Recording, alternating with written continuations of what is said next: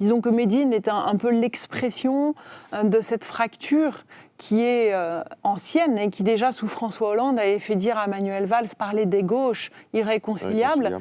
Et donc c'est déjà une affaire ancienne et là c'est des symptômes qui s'expriment plus ou moins avec force, on l'a vu sur ces questions identitaires relatives à la religion, aux questions lourdes de l'antisémitisme dont on soupçonne Médine d'être un porteur, même si les choses ne sont pas complètement claires. Il y a beaucoup de caricatures de part et d'autre, et il y a cette espèce de tentation plus ou moins sincère, sans doute en partie sincère, qu'on a pu observer chez les Verts, très différente d'un engagement frontal des insoumis sur lesquels chez lesquels il n'y a pas de division interne.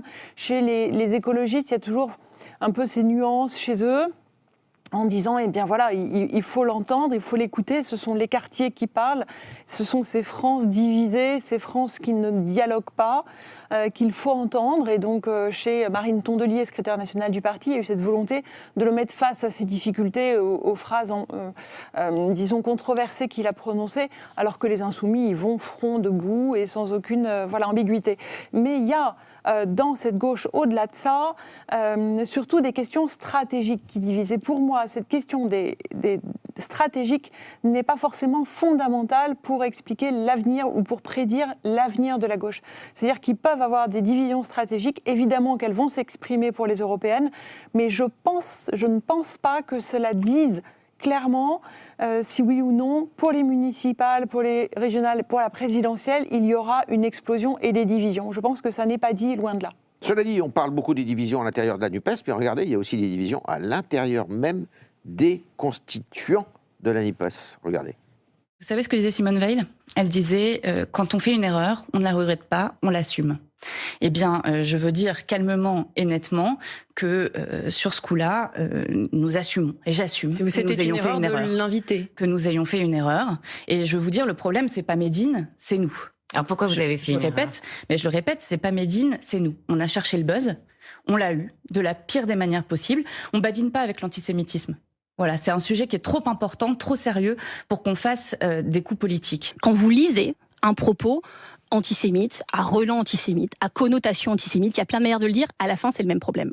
Donc il n'y a pas besoin de tortiller. Quand c'est antisémite, c'est antisémite. Quand vous entendez ça, il y a deux cas possibles. Soit c'est une personne qui, de manière volontaire, assumée, en le revendiquant, se prévaut d'être antisémite, dont acte. Soit, et c'est souvent le cas aussi dans ce pays, parce que l'antisémitisme peut être aussi très insidieux, il y a la partie immergé de l'iceberg et le reste. Ça peut être des gens qui prennent pas conscience de la portée de leurs propos, qui voient pas les souffrances que ça peut générer, qui ne sont pas forcément conscients. Ça peut être par maladresse, ça peut être par mimétisme, ça peut être par manque de culture sur le sujet, par manque de formation, par bêtise, aussi par ignorance, pour plein de raisons. Dans ces cas-là, pour moi, Médine est dans ce cas-là. Mais je vais dire, je suis pas sa porte-parole, je ne suis pas son avocate, c'est à lui de s'expliquer. Karl Meeus, comment elle peut dire ça ? C'est la question Comment que je me pose. Dire ça Oui, c'est très compliqué. C'est hallucinant. C'est... Pardon, je sors de mon rôle d'animateur, mais c'est hallucinant. Oui, mais je suis d'accord avec vous, il n'y a même pas de question. Ça montre bien, en réalité, des stratégies. Sophie Ravinel le disait. Voilà, il y a une stratégie électorale qui a été décidée depuis très longtemps, qui dit il y a tout un pan électoral d'une France issue de l'immigration, plutôt France musulmane, qui s'est porté notamment, on s'est souvenu, en 2012, à voter François Hollande contre Nicolas Sarkozy. Et donc il considère que c'est cet électorat-là qui va permettre à la gauche de reconstituer les forces électorales qu'elles ont perdues avec les ouvriers, les classes populaires. Exactement. Ils considèrent que ces gens-là ne reviendront pas et qu'il faut une nouvelle force électorale et que ça peut être cette force électorale. L'erreur qu'ils font, c'est de croire qu'on va caresser dans le centre du poil cette force électorale en soutenant des gens... Vous voulez dire que Marine Tondelier tient des propos qui relèvent du clientélisme électoral ? Ah, on n'en est pas loin, oui. Oui, on n'en est pas loin. Mais ça, et de toute façon, la NUPES n'est pas un mouvement politique. La NUPES, c'est un GIE. Oui. C'est un groupement d'intérêt électoral. Voilà. Mais non, il faut dire les choses clairement. Ils se sont associés pour les législatives, pour avoir des candidats communs aux législatives. Ça a permis à LFI d'avoir le plus grand groupe au sein de la NUPES. Ça a permis à Olivier Faure et certains solistes de sauver leur circonscription. Donc, entre-temps, Oui, mais regarde, ça connaît ça des leur soubresauts, permet- ça ne marche pas, parce qu'évidemment, Mais ça dès leur qu'on arrive permet sur quand le même fond de du parler. sujet, Ouais. eh ben, ça frotte. Ça ne tiendra pas aux européennes, parce que c'est une liste unie, c'est une proportionnelle, et que là, chacun a intérêt à se compter. Mais ça reviendra quand on aura les municipales, et après les législatives, parce que là, de nouveau, l'intérêt électoral de chacun des partis, ça sera de s'entendre. Si l'intérêt électoral de chacun des partis. Peut-être qu'il y a un moment, il y en a un qui se dira « mon intérêt n'est pas de… » Sophie, très vite. parce Juste que vous une avez- phrase de nuance, si je peux me permettre. Évidemment, c'est un groupement d'intérêt électoral, mais c'est aussi quand même une dynamique commune, et ça leur permet… Ça n'empêche pas. Mais non, mais ça n'empêche pas, mais ça dit quelque chose d'une espèce d'union qui va au-delà de la simple alliance d'intérêts. Parce que s'ils parlent d'une seule voix face à Emmanuel Macron demain, ça n'est pas non plus anodin. Ils ont produit un courrier aujourd'hui, signé des 4, dans lequel ils s'opposent de C'est façon davantage dans commune. la posture que dans le. Oui, Non, on voit bien non, sur le c'est fond sur le qu'il y a des fond grosses aussi. divisions. Jim. Alors le courrier, en effet, dont parle Sophie, c'est intéressant, hein, porte essentiellement sur la réclamation d'un référendum sur l'abrogation de la réforme des retraites. Donc en effet, ça a été un des rares exemples sur lequel la NUPES a pu mener un combat commun qui a été plutôt efficace, il faut quand même le l'hiver dire, dernier. avec les syndicats d'ailleurs, c'était un front aussi solide. Le problème, c'est qu'en fait, mis à part les questions économiques et sociales, il ne passe pas un jour sans que les différentes composantes de la NUPES se Chamaille. chamaillent, se divisent, etc. Je veux dire, sur le nucléaire, sur l'immigration, sur la Baïa, encore hier, sur l'Europe, ça va quand même être le sujet central de l'année à venir. Sur l'Ukraine. Sur les questions internationales, l'Ukraine. Tous les jours, une division. Donc on a du mal à voir... Donc, peut-être en effet des alliances de circonstances dans le cadre d'élections circonstanciées.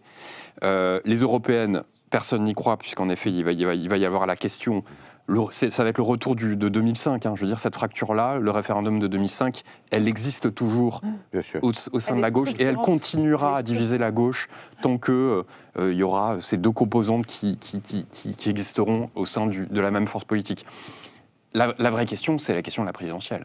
Est-ce que pour la présidentielle, en oubliant Mélenchon, puisqu'on a du mal à voir comment ça peut se faire sous l'égide de Jean-Luc Mélenchon, mais Ouais. est-ce que quelqu'un à gauche peut réussir à se dégager pour prendre l'héritage de cette coalition politique qui existe et qui a un socle commun qu'il faut peaufiner, mais pour porter une voix commune pour la gauche?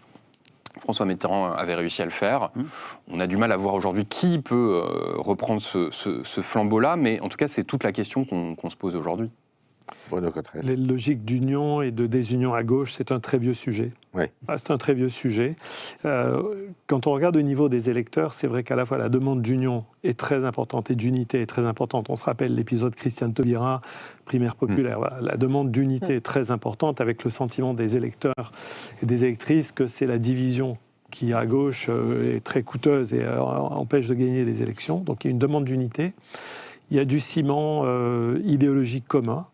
Peut-être davantage, moi je dirais, sur les questions sociétales que sur les questions économiques. Sur les questions sociétales, malgré le débat autour de Médine et autour de la question de la laïcité, etc. Bon, il y a quand même du ciment commun qui est une société de la tolérance. Au fond, voilà, une société de la tolérance culturelle. Ouais. Par contre, Olivier Faure, dans son discours qui clôture les universités d'été du Parti socialiste, il demande un changement de fonctionnement de la NUPES. Ouais. Il commence à indiquer qu'il va falloir se réoccuper du programme. Ouais. Et là, les plus anciens d'entre nous, ça va leur rappeler un certain nombre de choses, d'actualiser un programme commun de la gauche. Exactement. Ouais. Et sur les questions économiques, plus on va se rapprocher de l'élection présidentielle, sans doute plus les éléments de différenciation entre des socialistes héritiers d'une culture de gouvernement, de gestionnaires, qui connaissent les contraintes paramétriques d'une économie globalisée. Et le reste des formations politiques va sans doute, c'est une dimension qui sans doute va aussi créer pas mal de tensions. Petit point d'histoire. En 1974, programme commun, François Mitterrand perd l'élection présidentielle. Il est pourtant soutenu par Robert Fabre et Georges Marchais. 1981, chacun y va de son côté et François Mitterrand gagne. Comme quoi. Comme quoi. Oui, absolument. Mais c'est vrai qu'il y avait quand même eu plusieurs candidatures. Il y avait eu quelque chose c'est souvent l'argument de ceux qui défendent des listes différenciées, de dire, vous voyez, 81, ça n'a pas empêché chacun de s'exprimer, etc. au premier tour. En l'occurrence, les sondages, je vous coupe 2 secondes, Oui, les oui. sondages disent que pour les européennes, s'ils y vont chacun de leur côté, ils obtiennent plus de députés tous ensemble que s'ils y vont unis. Bien sûr, du fait du format de cette élection. C'est une élection à la proportionnelle. Voilà, mais ça n'est pas certain. La dynamique d'unité peut aussi, c'est ce que propose Ségolène Royal de façon étonnante. Et c'est vrai qu'elle a le sens, elle a un vrai sens politique, Ségolène Royal. Elle est aujourd'hui, à mon avis, plus influenceuse que vraiment figure active du monde politique, mais elle sent qu'il y a cette aspiration à l'unité dont on parlait avec la primaire populaire tout à l'heure, et cette aspiration-là, elle veut la mettre, évidemment, son ambition participe aussi de cette dynamique, mais elle sent bien qu'il y a vraiment quelque chose. Et en tout cas, moi, à titre personnel, je l'ai expérimenté à plusieurs reprises, et d'abord dans la campagne municipale à Marseille, qui était un exemple très intéressant, où il s'est vraiment passé quelque chose. Le printemps marseillais. Absolument. Avec ce printemps marseillais, avec tout ce qu'on peut en dire de la suite, du remplacement de la maire par un maire qui n'attendait que ça pour s'installer, et qui n'empêche, n'est pas pour l'instant désavoué par les Marseillais, loin de là. Et du coup, Benoît Payan. Et donc, cette espèce d'aspiration à l'unité qui se produit localement sur le terrain, et on sent que, en tout cas, à gauche, le peuple de gauche, pour autant qu'il existe, espère construire quelque chose. Et moi, je voyais bien, quand même, aujourd'hui, mais je parle vraiment à l'heure d'aujourd'hui, une figure se détacher qui est celle, en tout cas, il espère, de François Ruffin. Je suis d'accord avec Sophie sur les aspirations des électeurs de gauche. Le problème, c'est que les appareils politiques, eux, sont dans des stratégies très individualistes. Et vous parliez des sondages tout à l'heure. Pourquoi les Insoumis réclament l'union ? Eh bien, finalement, je pense, c'est mon avis, mais tout simplement parce qu'ils sont derrière les socialistes et les écologistes dans les intentions de vote aux européennes. Oui. Ils sont, le PS et les Verts sont autour de 10%, les Insoumis sont autour de 8%.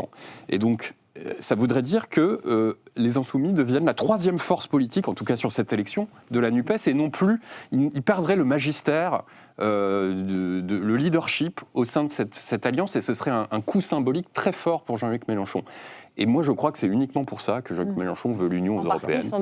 Peut-être, on peut être partie. C'est aussi pour ça que les autres veulent y aller séparer. Voilà. Évidemment. Aussi. Et donc, tant qu'on en reste à finalement un raisonnement individuel de chaque force politique sur ses intérêts particuliers pour chaque élection, ça ne donnera lieu à pas grand-chose d'intéressant. C'était le cas, l'exemple du printemps marseillais est intéressant, mais c'est justement un des rares exemples où la gauche a réussi à mettre ses intérêts en commun pour une victoire qui a servi toutes les parties prenantes de cette aux législatives aussi, oui, mais... Alors évidemment, ça a empêché une grosse défaite aux législatives. Ils n'ont pas gagné, mais ils ont empêché la chute. Un mot, Karl, sur Ségolène Royal ? Oui, influenceuse. On est surpris parce que Ségolène Royal, dans les années précédentes, sa marque de fabrique, c'était le flair politique. Oui, c'est-à-dire que l'intuition, exactement. C'est ce qu'elle avait hérité de François Mitterrand. Exactement, on disait, voilà, elle sentait bien les mouvements de société, les mouvements de population, les mouvements politiques. Bon, là, on a l'impression qu'elle est dans la main de Jean-Luc Mélenchon, parce qu'évidemment, lui, il a totalement compris, comme l'a dit Jim Jarassé, l'intérêt de pousser à l'union et d'appeler à ça, et il se sert d'elle. Oui, et elle, elle y voit aussi peut-être une partie de son intérêt, on parle d'elle, c'est aujourd'hui ce qui compte. Mais après, je reviens juste une seconde sur l'unité. Évidemment, les électeurs veulent l'unité, à droite comme à gauche, c'est normal, ils veulent que leur camp gagne, ils savent que ça ne peut gagner que dans ces conditions-là. Mais j'allais dire, mais à quel prix ? Parce que les socialistes, certes, ils ont été unis avec la NUPES sur la bataille des retraites, mais au prix de reniement de tout ce il a été fait, notamment sous le quinquennat de François Hollande. Parce que revenir à la retraite à 60 ans, c'est effacer d'un trait de plume tout ce que Marisol Touraine et François Hollande ont fait. S'ils font la même chose sur l'Europe, parce qu'on sait bien que l'unité est un combat, mais généralement, le combat est gagné par la force la plus importante du collectif. Et aujourd'hui, c'est la France insoumise qui impose sa loi. Et donc, ça veut dire que ça sera aux conditions de la France insoumise. La question de l'Europe va effectivement être une question très importante. Je conseille à tous ceux qui nous écoutent de retourner au texte des accords bilatéraux qui ont créé la NUPES, entre Ouais. la France insoumise, les socialistes, les écologistes, les communistes. Ouais. Et on voit que les lignes qui concernent l'intégration européenne ont fait l'objet de beaucoup, sans doute, de travail et de retravail, et qu'elles ne sont pas les mêmes d'une formation politique. Ce qu'on dit sur l'Europe en FI, PS, c'est pas ce qu'on dit sur l'Europe Notamment FI, sur écologiste la sortie des traités. et communiste. Donc Voilà. on voit là que l'Europe va se rappeler au bon souvenir de tout le monde comme élément de division interne aux familles politiques.